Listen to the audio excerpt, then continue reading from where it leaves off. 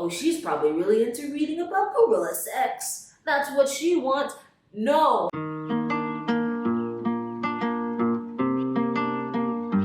Hey, change of scenery. Today we're in my room because your girl's sick.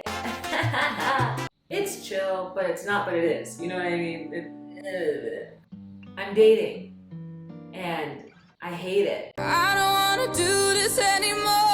I understand. I'm not just going to just exist and a man will appear from nowhere. I do want to get married one day and have kids. But unfortunately, the way that we have to look for men in 2022 is dating apps. Literally, on one day I went on, this guy kidnapped me to the LA port. Wait a minute. And we went, and for some reason we needed to see. Wait a minute. The Carnival cruise ship come in. That was fun. Sometimes I'll see a guy on something and then he'll say something and I'll just be like, oh my god, yes.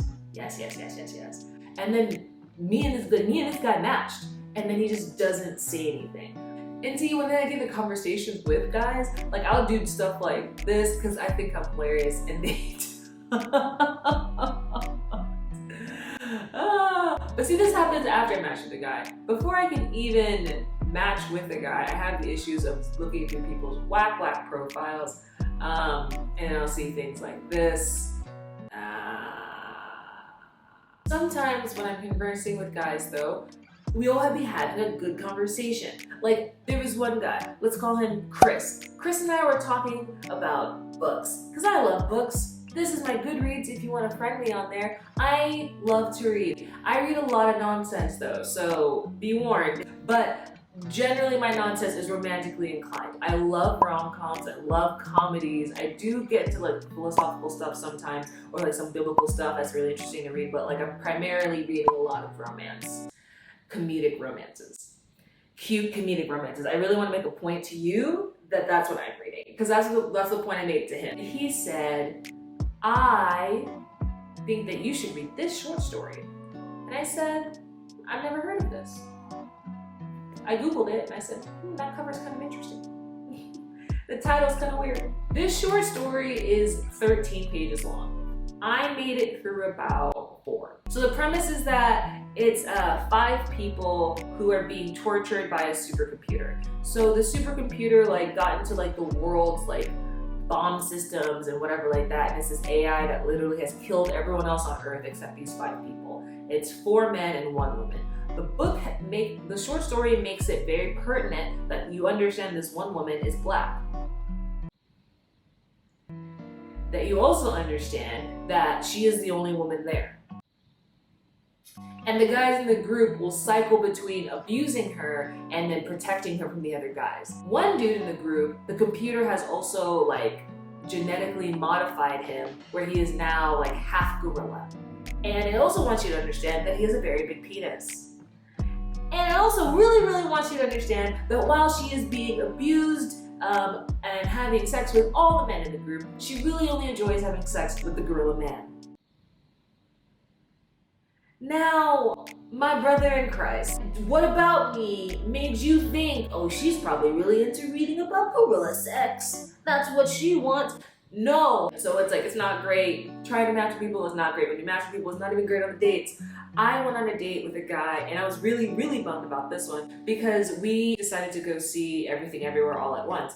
And I was really excited about that because the trailer looked great. And let me tell you, it's an amazing movie. He did not ruin it for me. He nearly did though. We met at a movie theater and I was waiting outside and I was just texting people being like, hey, here I am. If I don't answer in 20 minutes, I've been murdered. Call the police immediately. I'm wearing this outfit.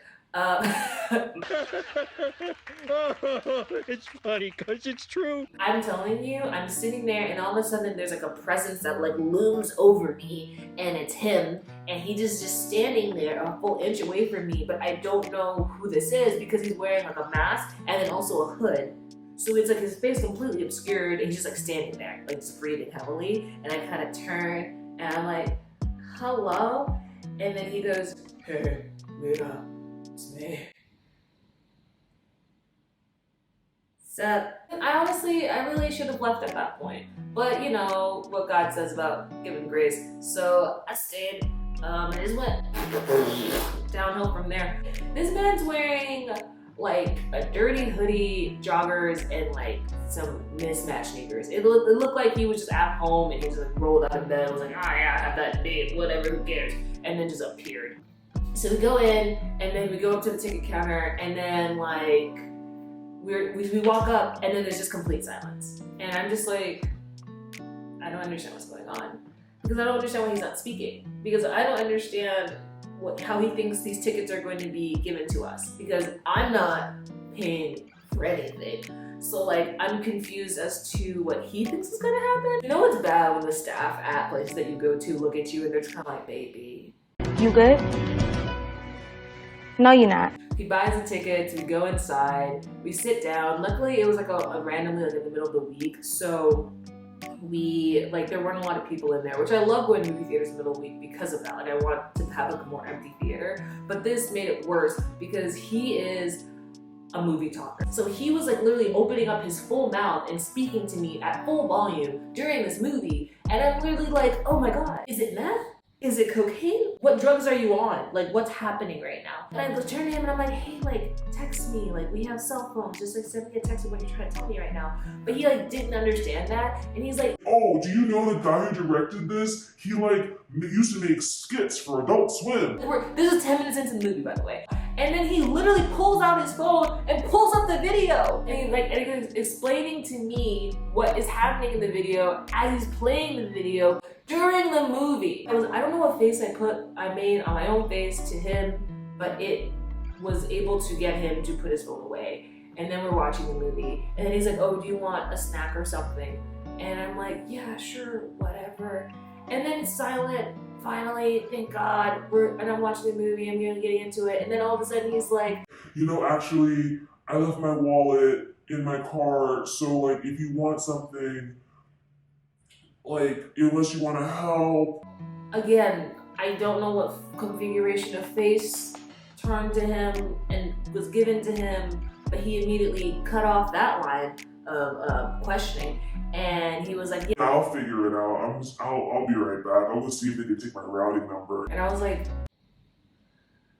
what? This man leaves the theater and is gone for, I want to say, 35 minutes. Yeah. Gone. Apparently he went to go talk to the managers to see if the people at the popcorn booth will take his account and routing number. Then I get a text message 15 minutes into the 35-minute abandonment where he went and searched his car. He went all the way back to the parking lot and searched his car, found his wallet, came back, and then ordered calamari. I don't know why calamari would ever be a choice from a movie theater, but that's the choice he made. We all make choices, but that was a choice. So then, movie's still happening. No spoilers for the movie, but it really hit me hard, and like it just sucks because like we left the theater. Like I said, I love the movie. It was so good, and he starts immediately trashing the movie when we were like walking out of the theater. He's like, yeah, I know, it was so dumb and unrealistic.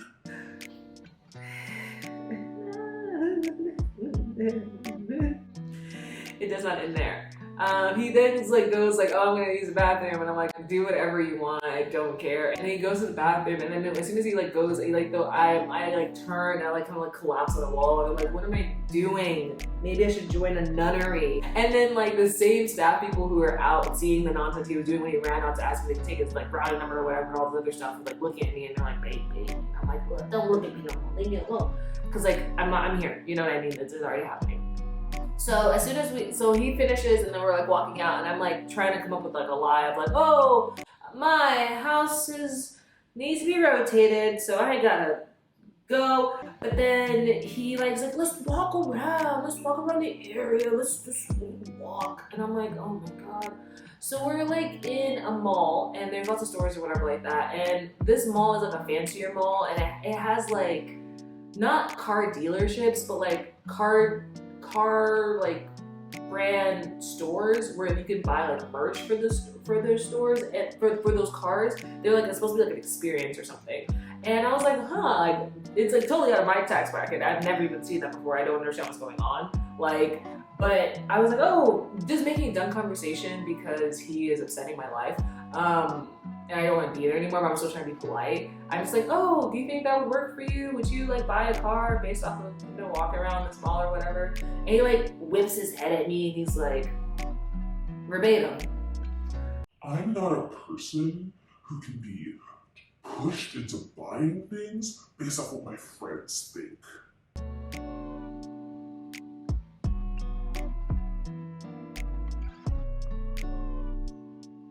what? Needless to say, we did not go on a second date. But I'm still trying.